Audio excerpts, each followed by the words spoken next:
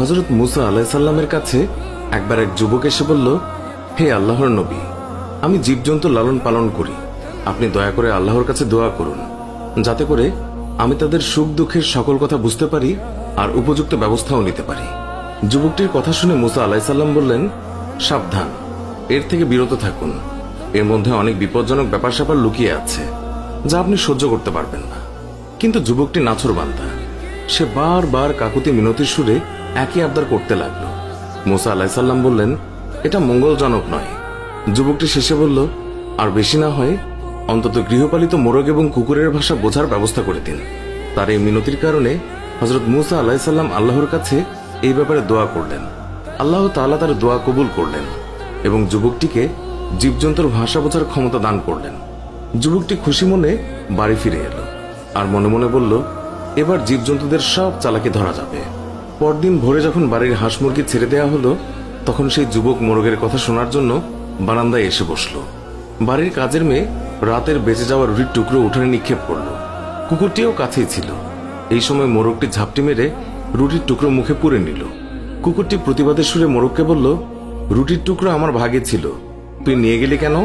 উত্তরে মোরগ বলল, একটু সবুর করো, অবস্থার দ্বারা বুঝতে পেরেছি কালকেই আমাদের মনিবের সুন্দর ঘোড়াটা মারা যাবে, তখন তুমি মজা করে তার গোশত খেতে পারবে।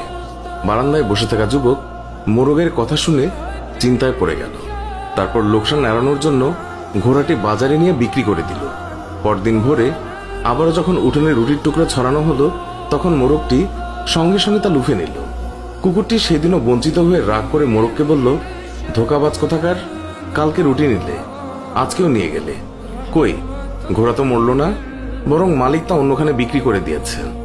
জবাবে মোরগ বলল, ঘোড়া সত্যিই মরেছে, তবে অন্যখানে। অধৈর্য হয় না, ব্যবস্থার দ্বারা জেনেছি কালকে মনিবের উটটি মারা যাবে, তখন তুমি মজা করে ইচ্ছে মতো খেতে পারবে।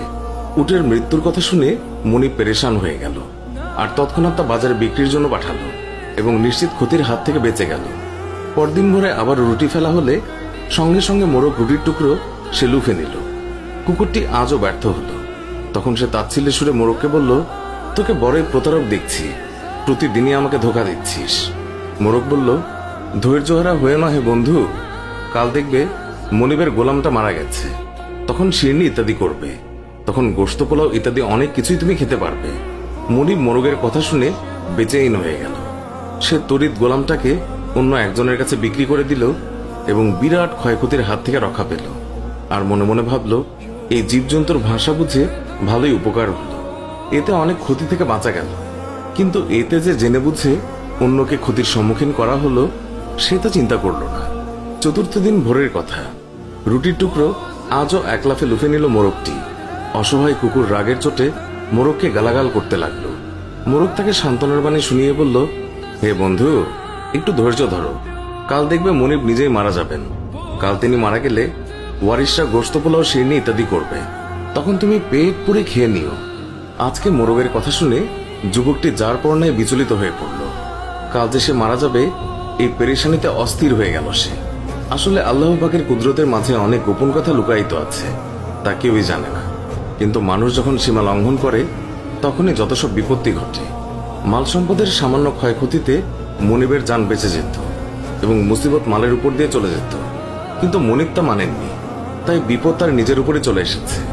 নিরুপায় যুবক দৌড়ে মুসা আলাইহিস সালামের দরবারে হাজির হলো, তাকে সকল ঘটনা খুলে বলল। অতঃপর মিনতি করে বলল, হে আল্লাহর নবী, আমাকে রক্ষা করুন।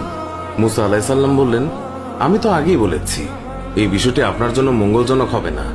আপনি কেমন স্বার্থপর, শুধু নিজের স্বার্থ দেখলেন, অপরের ক্ষতি দেখলেন না। নিজের ক্ষতির কথা ভেবে সব বিক্রি করে দিলেন, অথচ সে যে ক্ষতির মধ্যে পড়তে যাচ্ছে সেটা বিবেচনায় নিলেন না। এই জন্য বিপদ আপনার উপরে চলে এসেছে।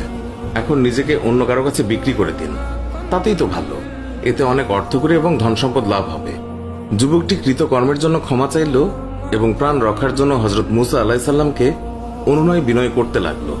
মুসা আলাইহিস সালাম বললেন, দেখুন, কামান থেকে গুলি বেরিয়ে যাওয়ার পর তাকে আবার ওই কামানে ঢোকে?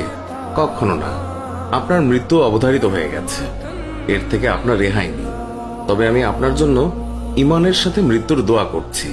হযরত মুসা আলাইহিস সালামের কথা শেষ না হতেই যুবকটির শারীরিক পরিবর্তন শুরু হলো। একবার বমিও হলো। তার শরীর নিস্তেজ হয়ে আসছিল।